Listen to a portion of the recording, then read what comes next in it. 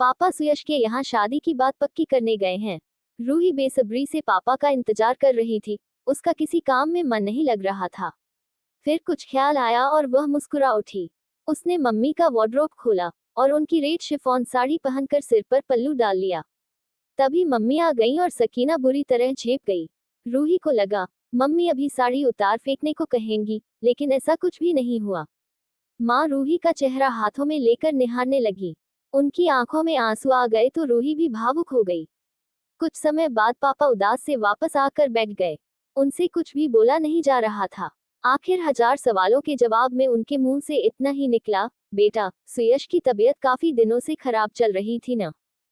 हाँ पापा। वो पापा ने हाथ में पकड़ी फाइल मेज पर ऐसे रखी जैसे उन हजार सवालों के जवाब हों और रूही की बात अधूरी रह गई। फाइल खुलती जा रही थी और रूही की आंखों से आंसुओं का सैलाब उमड़ता जा रहा था। कैंसर, लगभग 4 साल की उम्र और है उसके पास। पापा ऐसे बुदबुदाए जैसे बोलने की ताकत खत्म हो गई हो। पर पापा, मेडिकल साइंस इतनी आगे बढ़ गई है।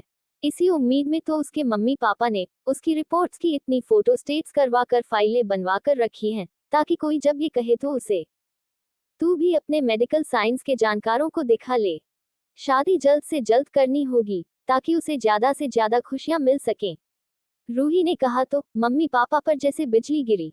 रूही अपने प्यार का वास्ता देती रही, पर मम्मी पापा कुछ सुनने को तैयार न थे। पर रूही हार मानने वाली न थी।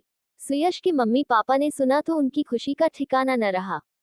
उनके बेटे को वो खुशियां मिल सकती हैं जिनकी उन्होंने उम्मीद छोड़ दी थी।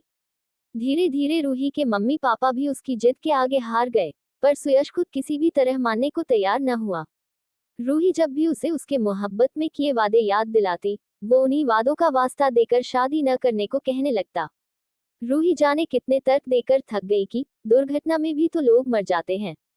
बीमारी का पता शादी के बाद भी तो चल सकता था, पर सुयश का प्यार उसे भरी जवानी में यूं बिलखता छोड़कर जाने को तैयार न था। मेरा जमीर गवारा नहीं करता, और अपने जमीर की आवाज मैं टाल नहीं सकता, वो हमेशा यही कहता। पर रूही का दिमाग उसे मनाने के उपाय सोचता रहता। वो रोज सुयश के घर आ जाती और वे घंटों बातें किया करते। सुयश को महीने में 2 बार ऐसा इंजेक्शन लगना तय था, जिसके साइड इफेक्ट से वो उस दिन बहुत बेचैन और नशे सा महसूस करता था, पर ये इंजेक्शन उसका जीवन बढ़ाने के लिए जरूरी था। यश के पापा कोई स्पेशलिस्ट छोड़ना नहीं चाहते थे, और डॉक्टरों से बातचीत में रूही बराबर से साथ देती थी। मैंने डॉक्टर शर्मा का अपॉइंटमेंट ले लिया है, कहते हुए रूही ने पर्ची दी तो यश के पापा बोले, बेटा, इस दिन तो इंजेक्शन लगना है। हम चले गए तो आप लोग चिंता न करिए, मैं आपके जाने से पहले आ जाऊंगी, और आप लोगों के लौटने के बाद ही जाऊंगी।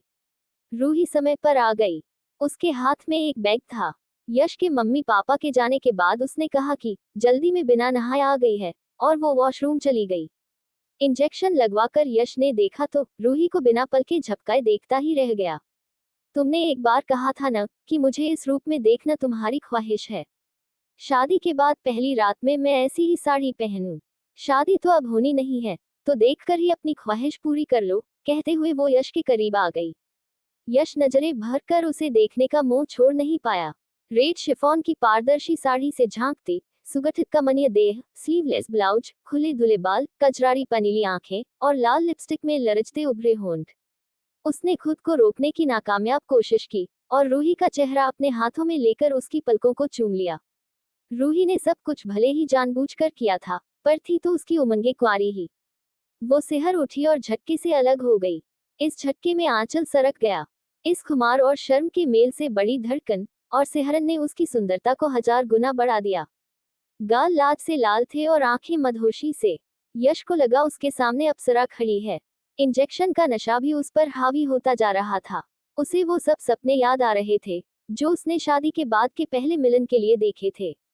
उसकी बाहों ने सुध-बुध खोकर रूही को कस लिया, और होंठ प्यार की गवाही में उसकी देह पर बरसने लगे, बरसते ही गए। यश सोकर उठा तो रूही अपने सादे रूप में उसके बेड पर बैठी उसे एकटक निहार रही थी।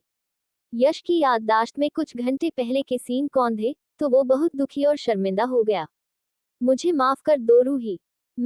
रूही उसके दोनों हाथ अपने हाथों में थामकर बहुत भावुक हो गई। तुम खुद को दोष न दो।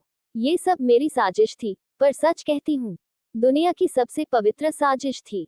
तुम बस इतना बताओ कि अब तुम्हारा जमीर क्या कहता है। यश की आंखों से सैलाब बह निकला। हम शादी करेंगे। इन 4 साल में मैं तुम्हें इतनी खुशियां दूंगा जितनी जिंदगी भर में कोई किसी को न दे पाता हो। हम एक एक कर। इसके आगे के यश के शब्द सिसकियों में खो गए। पर दोनों एक दूसरे की आगोश में बंधे, एक दूसरे को सांत्वना देते हुए हर पल का प्यार जीना शुरू कर चुके थे।